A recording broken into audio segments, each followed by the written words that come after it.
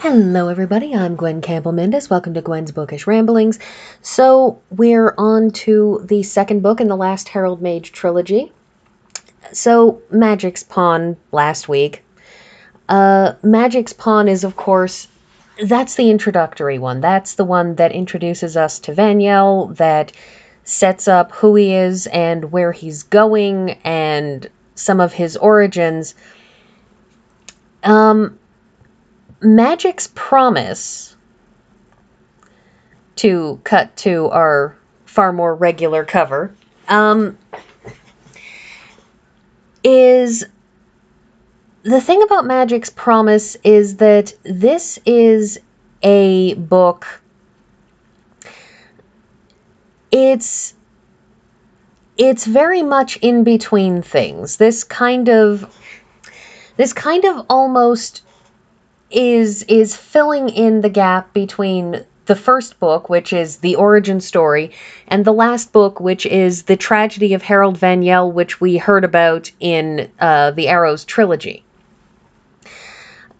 Because that's the thing about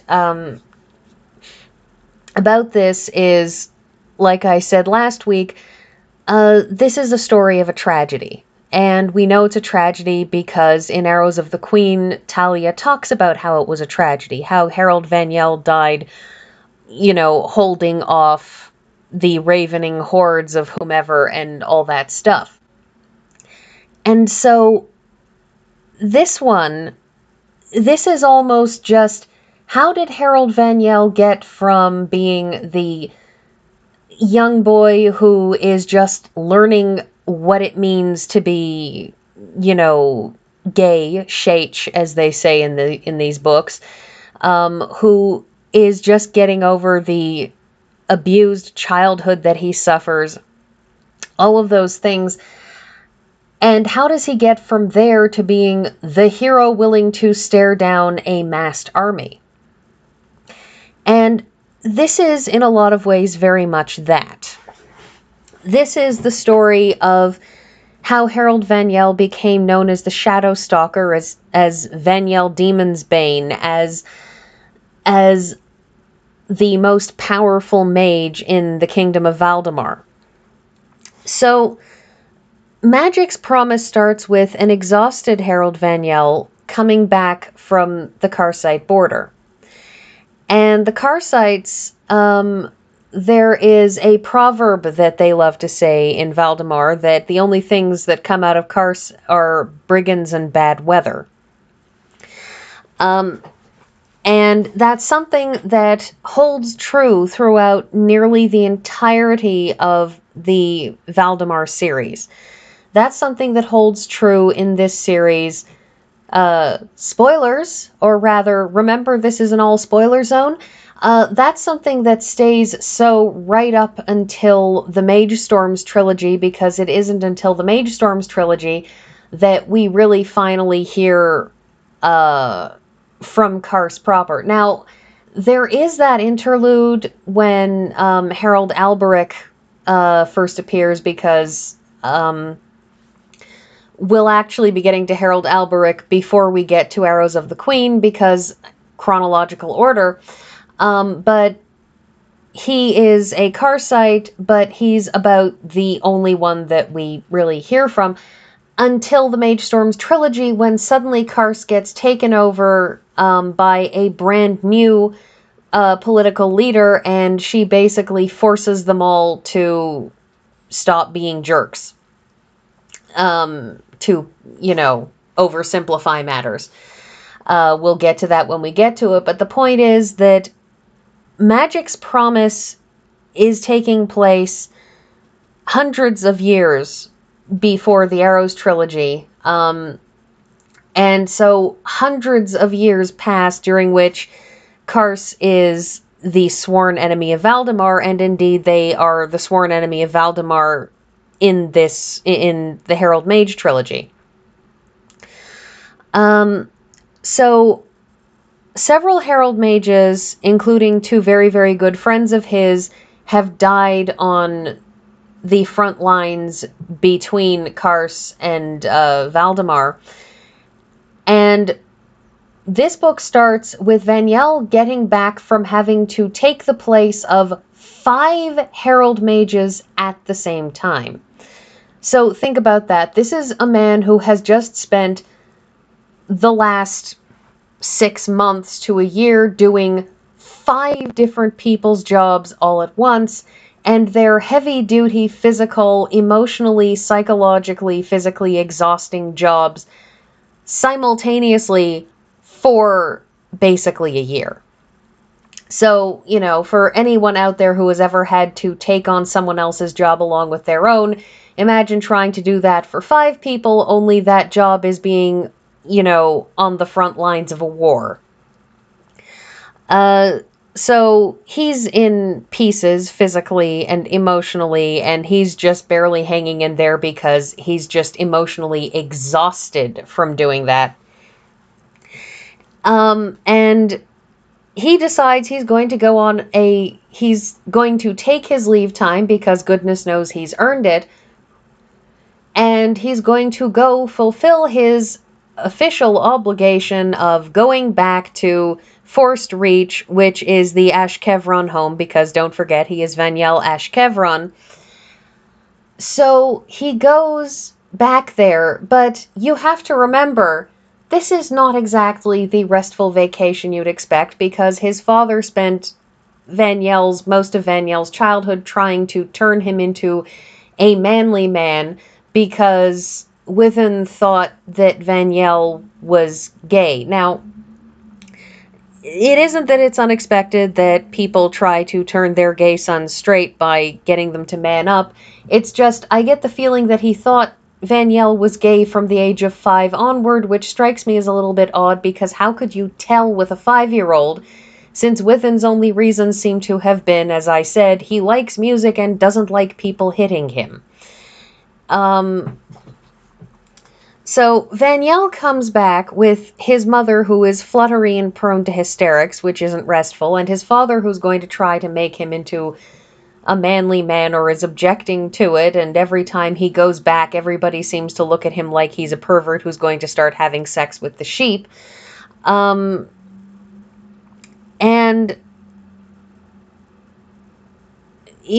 he's greeted with also that his father wants him to intervene between Withen and Vanyel's brother, Mikael, and because Meek has decided to buy a horse that everyone objects to because it is the worst thing ever, and put sheep in a particular meadow, which he thinks is ill-conceived, and so Vanyel's going to have to play diplomat between his father and brother, as though he isn't completely exhausted, and deal with his father and his mother. And so you have this problem, and then he finds out that his mother's maid, who has an unfortunate crush on him, has a son who is bard gifted in all the ways Vanyel had wished he was when he was younger and before he was chosen and before all the other things happened.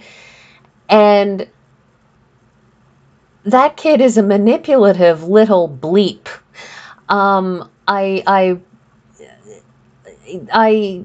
He's a manipulative little, you can fill in the blank with the curse word of your choice. Because he uses his bardic magic gift, because the bardic gift is effectively emotional manipulation. That is, you sing a song and you make people feel what the song is supposed to make them feel. So if it's a grand romance, then people will feel all lovey-dovey and romantic and dramatic, and if it is a tragedy, then everybody will cry, because that's the bardic gift. And the bardic gift can be turned over into pure words. And Vanyel's nephew, who is a bastard child, unfortunately, and I mean that literally, not in the metaphorical sense, because, that's what happens when somebody's maid has an affair with, the sons of the keep's lord. The children usually turn out to be bastards and not, the official heir. Anyways, so that poor kid still manipulates Vanyel basically by playing off of Vanyel's prejudices, because of course Vanyel comes back and expects Jervis the Arms Master to be as horrible to him as ever, and so he freaks out when Medron tells him that, you know, he's being used like this. And that whole book winds up being, among other things, Vanyel making peace with himself and with the other people there.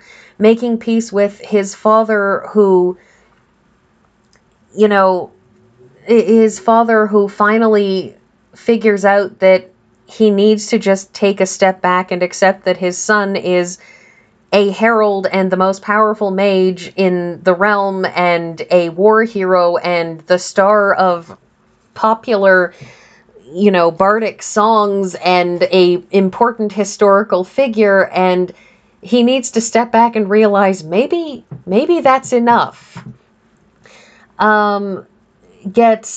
But also for him to make peace with Jervis and to hear Jervis's side of the story, because while Jervis freely admits to having been horrible, Jervis also gives us another side, the side of a man who's under tremendous pressure from somebody from within, because he owes Within. He owes Within so very, very much. He owes Vanyel's father so very much. And when his father starts putting pressure on Jervis, Jervis doesn't, he's not the most brilliant man in the world, and he doesn't know where to go with that information. He doesn't know what to do with all of this pushing that's happening, and he doesn't dare push back because he owes Within. He owes the man for giving him as prestigious a position as Arms Master. He owes him for so many things.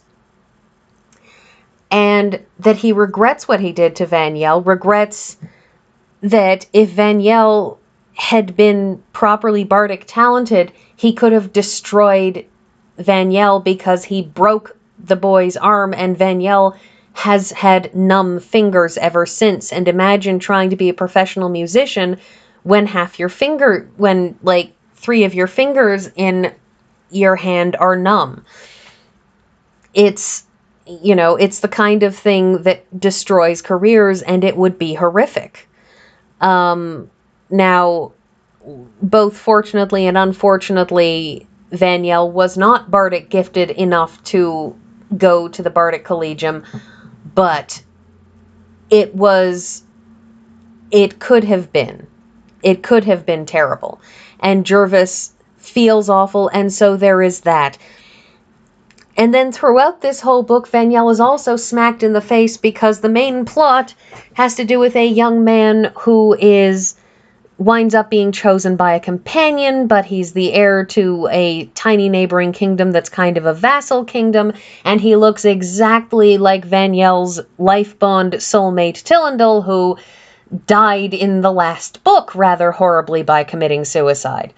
And so he gets faced with somebody in his mid-teens who looks almost exactly like his former lover, and he spends a lot of the book just in dire emotional straits over it, because, among other things, he's constantly fighting with himself over the fact that he could compel that boy to fall in love with him and everything else, even though the boy isn't gay, even though it's completely morally wrong. But my God, is he tempted, because, well, just think about that particular temptation when you're alone and people are afraid of you because you're a powerful mage, and people are afraid that Vanyel, Shadowstalker, Demon's Bane will destroy them if he's upset with them at all.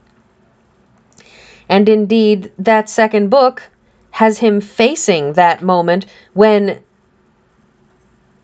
he has to show off his power and everybody is suddenly afraid of him. And it provides an interesting contrast, because he thought it was everybody being upset because he's gay, and it turned out, no, they're just terrified. Anyways, so that's all the time I have basically for this, and next week we move on to the tragedy of Magic's Price. So that's everything, and I'll see you all next week.